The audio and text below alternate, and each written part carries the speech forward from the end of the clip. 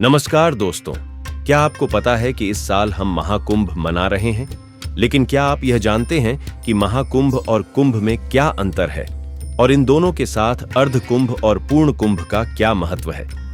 हमारे पौराणिक और सांस्कृतिक इतिहास में कुंभ मेला सिर्फ एक आयोजन नहीं है, बल्कि यह भारत की आत्मा और अध्यात्म का सबसे बड़ा प्रतीक है।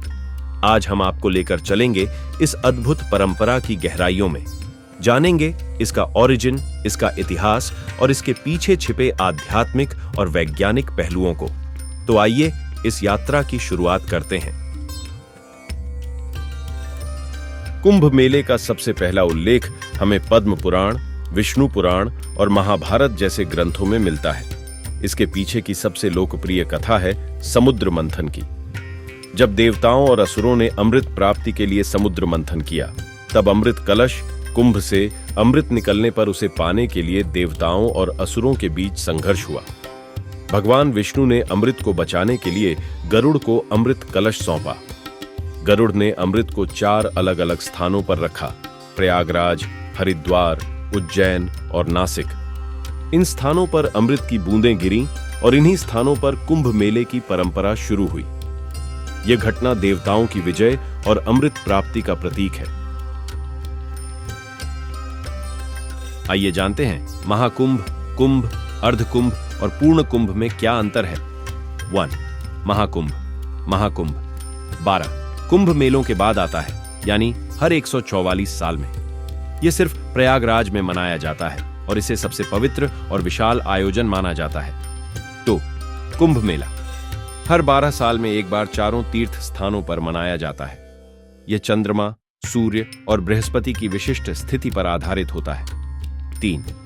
अर्धकुंभ हर 6 साल में आयोजित होता है और यह सिर्फ प्रयागराज और हरिद्वार में होता है। 4. पूर्ण कुंभ यह हर 12 साल में आयोजित होता है, लेकिन इसमें 4 स्थान शामिल होते हैं। कुंभ मेला न केवल एक धार्मिक आयोजन है, बल्कि यह भारत की सांस्कृतिक धरोहर का प्रतीक भी है। यहां देश विदेश से करोड़ों लोग आते हैं और यह दुनिया का सबसे बड़ा शांतिपूर्ण आयोजन माना जाता है।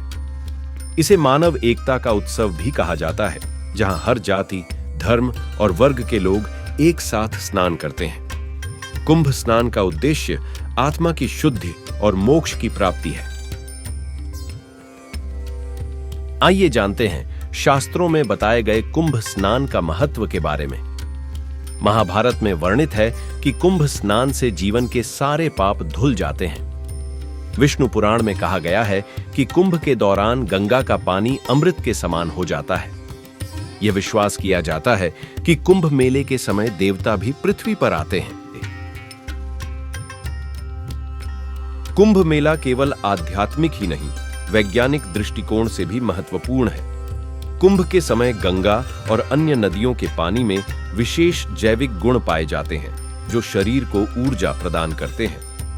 इन नदियों में स्नान से स्वास्थ्य लाभ होते हैं, जो आयुर्वेद और योग शास्त्र में भी वर्णित है। अब नजर डालते हैं कुंभ मेले का आयोजन और परंपराओं के बारे में। शाही स्नान कुंभ मेले का मुख्य आकर्षण होता है। इसमें अखंड अखाड़े और साधु संत स्नान करते हैं। योग और सत्संग मेले के दौरान जगह जगह योग शिविर और सत्संग का आयोजन होता है। भक्ति और भजन मेले का हर कोना भक्ति रस से सराबोर होता है। प्रसाद और भंडारे यहां बड़े पैमाने पर भंडारे का आयोजन होता है।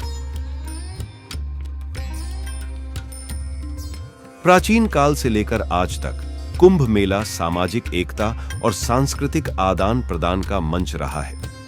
यह मेला भारतीय समाज को आध्यात्मिक दृष्टि से जोड़ने का काम करता है। यहां साधु संतों, गुरुओं और विद्वानों से लोग ज्ञान प्राप्त करते हैं। पहले कुंभ मेला केवल धार्मिक आयोजन था, लेकिन अब यह संस्कृति, व्यापार और पर्यटन का भी केंद्र बन गया है। आधुनिक समय में कुंभ मेले का प्रबंधन और सुरक्षा व्यवस्था अत्यधिक संगठित हो चुकी है। तो दोस्तों, कुंभ मेला केवल एक धार्मिक अनुष्ठान नहीं है, बल्कि यह हमारी पौराणिक, सांस्कृतिक और सामाजिक विरासत का प्रतिबिंब है। इस साल हम महाकुंभ मना रहे हैं, जो हमारी आध्यात्मिक परंपरा की अमूल्य धरोहर है। क्या आप महाकुंभ में शामिल होने के लिए तैयार हैं? इस अद्भुत मेले का हिस्सा बने और इस पवित्र आयोजन की दिव्यता को महसूस करें। अगर यह जानकारी आपको पसंद आई हो तो इसे अपने दोस्तों और परिवार के साथ शेयर करें और हमारे चैनल को सब्सक्राइब करना न भूलें। अगले वीडियो में मिलते हैं एक नई कहानी के साथ। धन्यवाद। हर हर गंगे।